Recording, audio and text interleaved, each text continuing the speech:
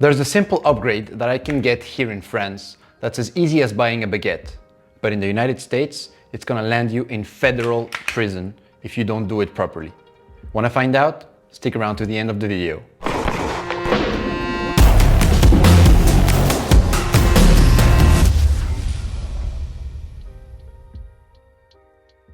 Hello everyone. Thank you for tuning in to another video of Tennis at the Range. Today, we're gonna be discussing the different ownership laws of firearms in the United States and in France. And I wanted to make this video to explain to the viewers back in the United States how we in France can get actual cool firearms. Give me a hell yeah! There will be no judgment today. I won't say I agree or disagree with the law. These are just going to be straight facts. It's gonna be unbiased. If you learn something, make sure to hit the like button, subscribe for weekly videos that come out every Sunday, and comment down below if I forgot something. Let's start right at the beginning. For the United States, guns were legal in the Second Amendment, which was ratified in 1791. The Second Amendment reads as follows: a well-regulated militia, being necessary to the security of a free state. The right of the people to keep and bear arms shall not be infringed. Actually, there are also two other countries that have the right to bear arms in the Constitution. Comment below if you know which ones they are. You are going to be very surprised. In France, there is no constitutional right to bear arms. Actually, gun laws date back all the way to King Charles IX. He banned handguns because too many people were killing each other in duels. That was when men used to be men. Men used to go to war. That's all I'll say. Those first laws were around the year 1563, and it was the first time that France introduced something to control firearms. Today, the modern rules of firearms are based off of an instability after World War II, the EU Firearms Directive 2021-55, and the Internal Security Code, which in French is Code de Sécurité Intérieure. The core principle of this is that you basically need to have a good reason. Now that good reason is not to mag dump trash. It's mostly for hunting or for sports shooting, which I do. Self-defense in France is not really something I want to get into because it's not the point of the video, but it's almost never accepted. There's a law of proportionality, but that could be a whole video in and of itself. Carry permits in France are extremely rare. Compared to the United States, many states have what you call constitutional carry, which means that you can carry your gun regardless of if you have a permit or not. Now, whether you agree or not, that's on you. Some states don't allow constitutional carry and you need to pass a permit. Now, the ownership stats. How do French gun owners compare in numbers to American gun owners? Well, it wouldn't come as a surprise if I told you that the United States is the country with the most guns in the world. There are currently 120.5 guns per 100 people in the United States, which is around 393 million guns in circulation, according to my research. There's almost half of all the households in the United States that own a firearm. In France, that number is way lower. We're about at 19.6 firearms per 100 residents. So we're not even in the global top 10. There's around 3 million total guns in circulation, and there's 12 to 15% of households here that own firearms. Now in France, to get a firearm, you need to have obviously that valid reason that I said, and you need to pass certain requirements to have access to firearms. The first one is if you want to hunt, you need to have a hunting permit. And the second one, if you want to do shooting at the range, as I do, you have to join a shooting club, be there 6 months, go periodically, shoot, make sure that you know firearms, make sure that you are learning. Then you have a theoretical and a practical safety exam, which is around 200 euros. Once you pass that, you can have access to applying for a permit. You also need a medical certificate where you go to a doctor and the doctor has to certify that you are able to practice sport shooting. In my experience, it was really easy because I'm quite healthy, knock on wood, but he basically checked my pulse in all my extremities and both of my wrists, in my ankles. I put a stethoscope in my back to hear that my lungs were breathing okay, and I was on my way. Once you went through the medical, through the 6 months, through the small exam, you apply for a permit. And this means that the local prefecture or the local police is going to look into you to check that everything is okay. They're gonna go on your casier judiciaire national, which is your criminal record. They're gonna go to the people in your club, maybe your president, and ask how did you behave those past 6 months? And once you're approved, you're only approved for 5 years, which you can renew. Now everyone is saying about, oh, I'm on a watch list, I'm on a watch list. I'm on a watch list. Like a terrorist watch list?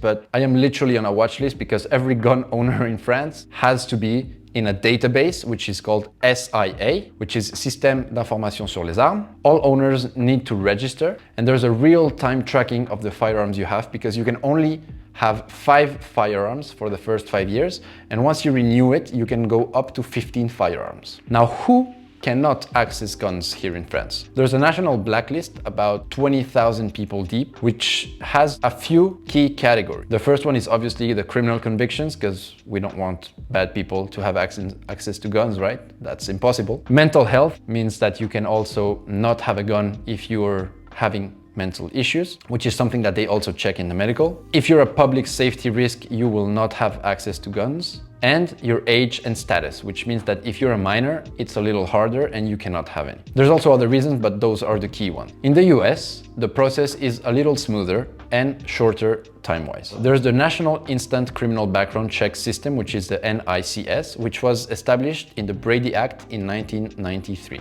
It is run by the FBI and it applies to FFL dealer purchases only. The step is an ATF form 4473, which you fill out your name, your address, your date of birth. The FFL is gonna check your government ID. That's gonna go into the database query, which is in the NICS database. They're gonna check that you don't have all those problems. And the response is gonna be about 90% instant, which means that you will proceed and you will be able to buy your firearm. If it's denied, then the FFL is not gonna give you a gun, obviously. And if it's delayed, it's gonna take up to 3 business days, and then you can get your gun or not, depending on the outcome. There's many variations. Obviously, there are different states which have different rules, so that changes a lot, but we're not really gonna go that much into detail. Now, who cannot get access in the United States? There's felons, fugitives from justice, unlawful users of controlled substances, which means that if you do drugs, then you can't get them. Mental health, illegal immigrants. If you were dishonorably discharged from the military, you are banned from having guns too.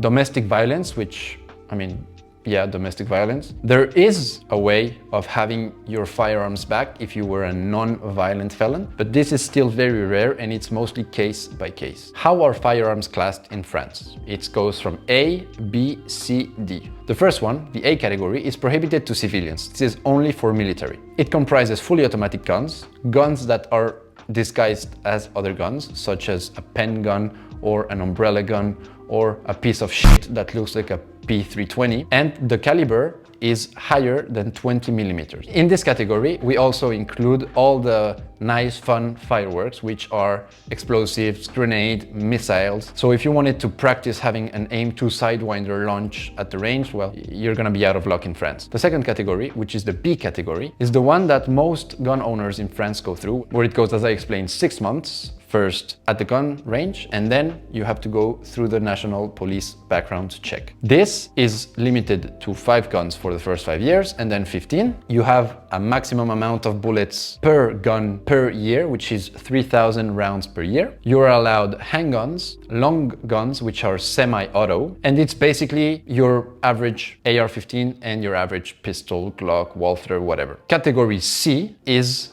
guns that you don't really need to do the background check, but you do need to be in a range. So these are semi-auto guns that are shoulder fired, but are under 3 rounds. There's manual repeating, which can be bolt actions, or pump action shotguns. Category C is where you'll see most hunters stay at. I went up to category B because I'm not gonna do USPSA with a bolt action, even though that would be kind of fun. The last category, which is the category D, is free sale or there's minor restriction. You have to be only over 18 and you have to have an ID. You can have pepper spray, airsoft, paintball, etc., etc. And there's no storage rules. For category B guns, you do need to have a safe. Now in the United States, the gun classifications are a little easier. There's Title I, which are basically all firearms that are currently in the United States. Just like in France, you cannot have fully automatic firearms, which is something that a lot of French people are surprised about. They think that everyone in the States has a bell-fed machine gun. Whether that should be the case or not, that's not for me to say.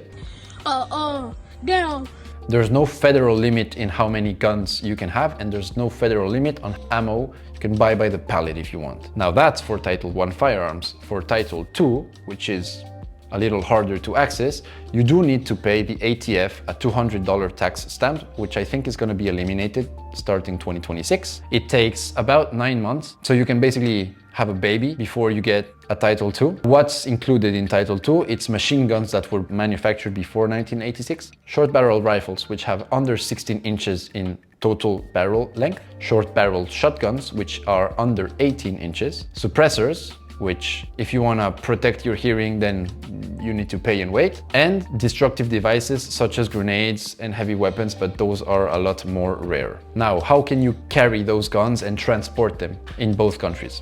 Let's start with France. In France, it's very difficult to carry your gun on you, unlike some places in the United States. The off-duty police here in France has been allowed to carry their firearms following the 2015 terrorist attack. And if you go to the range, your gun needs to be locked or not readily available to shoot. In the States, it depends again state by state, but as I was mentioning, there's the constitutional right to carry. In France, storage has to be in a safe for category A and B guns. For category C, you need to have the ammo stored in a separate place from your gun, so it's not easily accessible. There's no rules for D. In the United States, it doesn't really matter. If you don't follow all these rules in France, you will get your guns confiscated, and you can have up to 7 years in prison for illegal possession of firearms. In the United States, it's kind of similar, where if you have a suppressor or a short-barreled rifle that has not gone through the ATF, it is federal prison. So if you want to have free housing and free food, stick a little tube here on your gun and you're going to be set for life. Let's go into price comparison. As you might have guessed it, firearms in France are 50 all the way to 200% more expensive. There's 4 main reasons. The first one is that there's higher taxes. In France, we have to pay VAT, which is value added tax, which is 20%. There's also a smaller market. There's also the regulatory compliance, as I went through in my first video. It has to go through the CIP certification, which is right here and on the slide. And there's also a lot of paperwork that goes into having a category B gun. These higher prices in France and the limited availability means that the average French gun owner is going to have a higher quality of guns, or guns that are more tricked out, let's say, than the average American, because they can only get 5, so they might as well invest into it. Now, in the beginning of the video, I talked about a small item that I could buy here in France as easily and as available as buying a baguette that will get you federal prison in the States. Now, as you might have guessed it, I was referring to suppressors and SPRs. That's right. Here in France, suppressors are completely legal and they're even encouraged. Back in the United States, suppressors are considered a military item and it should only be reserved for the military or the foreign force. But in France, it's encouraged for certain clubs or certain hunters to carry a suppressor to reduce the noise pollution. In France, it's completely legal to have a 10.3-inch AR-15. The rule for your category B gun to not be a category A is that the overall length, while functional, has to be above 60 centimeters. That means that doing your standard AR measurements, you can have all the way down to a 5-inch barreled AR without it being a category A. Now, if we're talking about an AK or a gun that can fold the stock and still fire, that's a whole other story. But you can get very short ARs, so you can get 11.5, 12.5s, 10.3s, you choose, that's up to you. You can just go to the store, obviously present your SIA number, the database, and if you have the money, you will walk out with an SBR that you can put a suppressor on, so basically a double stamp in the States, completely legal, with no problems.